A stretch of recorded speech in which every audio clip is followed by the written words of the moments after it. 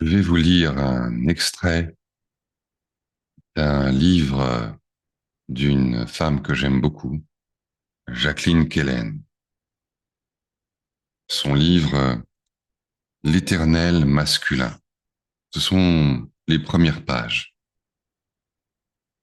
Prologue. Un jeune homme m'a consolé. Il a pourtant le cœur vêtu de noir et partage ses jours avec dame mélancolie. Il a 21 ans. Il a 600 ans aujourd'hui. Il s'appelle Charles d'Orléans. Au cours de la guerre des Armagnacs et des Bourguignons, où il prend les armes pour venger son père assassiné, il est fait prisonnier à la bataille d'Azincourt, puis emmené en Angleterre, où il restera captif 25 ans. C'est l'automne de 1415. La lumière du ciel décroît rapidement. Enfermé dans la tour de Londres, il ne se résigne pas, ses plaintes ne sont pas stériles. Il transforme son désespoir et sa jeunesse en poésie.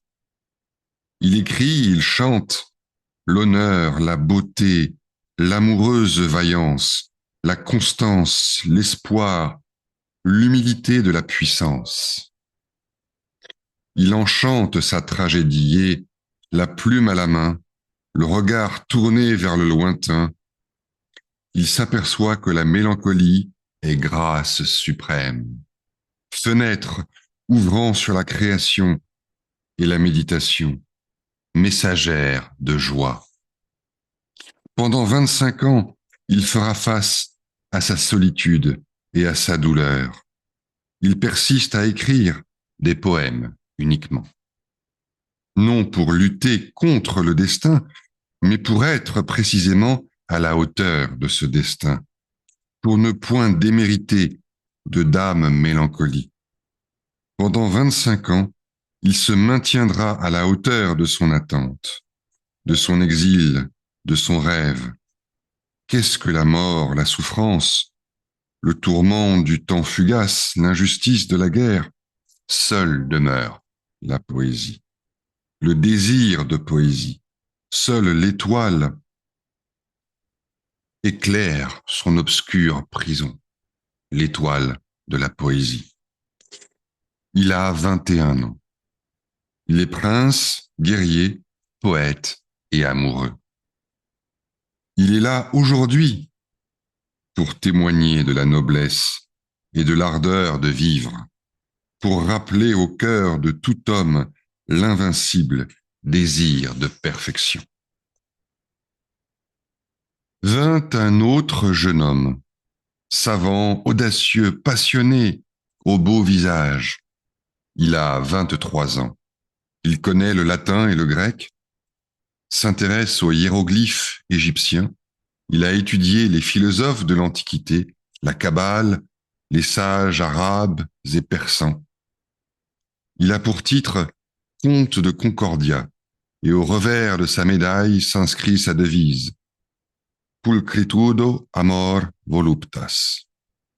Une vie triple, toute une vie dans une même ferveur, un seul furor. Il s'appelle Jean Pic de la Mirandole. Il vit et étudie à Bologne, Padoue, puis Florence. En 1486, il a 23 ans et écrit en latin un discours sur la dignité de l'homme, dont le message éveille et émerveille. Avec la folle assurance de la jeunesse, Pic atteste que la nature de l'homme, sa dignité aussi, réside en l'exercice de sa liberté, en son propre arbitre. À l'homme de se définir lui-même, de se choisir vil ou magnifique, de se créer comme une œuvre d'art. Ainsi parle Dieu, selon le jeune philosophe, à l'homme juste né. Je ne t'ai fait ni céleste, ni terrestre, ni mortel, ni immortel, afin que souverain de toi-même, Tu achèves ta propre forme librement, à la façon d'un peintre ou d'un sculpteur.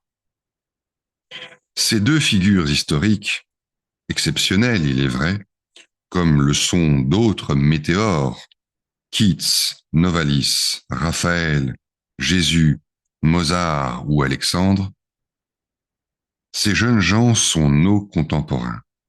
Ils nous éclairent, ils donnent un sens à notre vie et rendent le monde plus habitable. Ce n'est pas un sentiment nostalgique, ni une humeur grincheuse qui les convoque ici, renvoyant à un temps heureux et révolu, en témoignant de notre dégradation, de notre déperdition d'être. C'est un sentiment de gratitude. Parce que ces artistes, ces âmes entreprenantes et fières, communiquent leur belle énergie. À qui les approche, ils donnent envie de devenir un homme accompli, généreux. Il faut les remercier parce qu'ils donnent soif. Il y eut bien d'autres jeunes gens et des hommes plus mûrs qui aimèrent les chevaux et le vent, les femmes, les armes, les livres et les vaisseaux, la musique et les jeux, qui cultivèrent l'amitié autant que la discrétion et prirent plaisir à l'étude comme aux fêtes, qui traversèrent des forêts et méditèrent dans des jardins, qui surent gouverner la cité et contempler le ciel étoilé, qui aimèrent le faste et l'ascèse, la prodigalité et le dépouillement.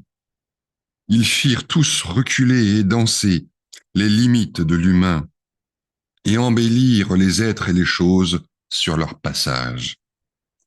Que l'histoire ait retenu leurs noms de héros, d'artistes, de saints ou d'amants, ou qu'ils aient passé anonymes, on peut dire qu'ils sont les incarnations de l'éternel masculin. Il dépend de l'homme de choisir la liberté ou la servitude, la grandeur ou la lâcheté, la vulgarité ou la noblesse de cœur, la générosité ou la violence, la haine ou la magnanimité, la droiture ou le mensonge. Il dépend de l'homme d'être ou non un relais pour l'amour, la beauté, la joie, suivant la devise trine de Pic de la Mirandole. Il dépend de lui de faire de son existence une navrante banalité ou un cantique.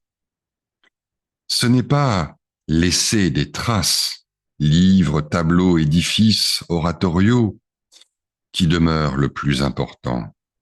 Nous savons trop bien aujourd'hui que toute civilisation est précaire, que le fanatisme et les armes nucléaires peuvent anéantir en quelques minutes des chefs-d'œuvre irremplaçables. Nous ne pouvons plus, sauf à paraître ridicules et illuminés, avoir la prétention de réformer les gens, détenir le progrès, rendre le monde meilleur.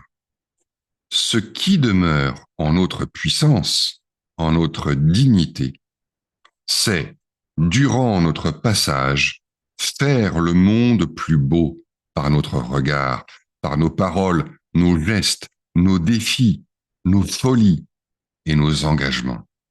C'est donner à ceux qui nous entourent, à ceux qui nous rencontrent, à ceux qui peut-être se souviendront de nous, envie d'aimer, envie de connaître, de créer, envie d'admirer et de dire merci.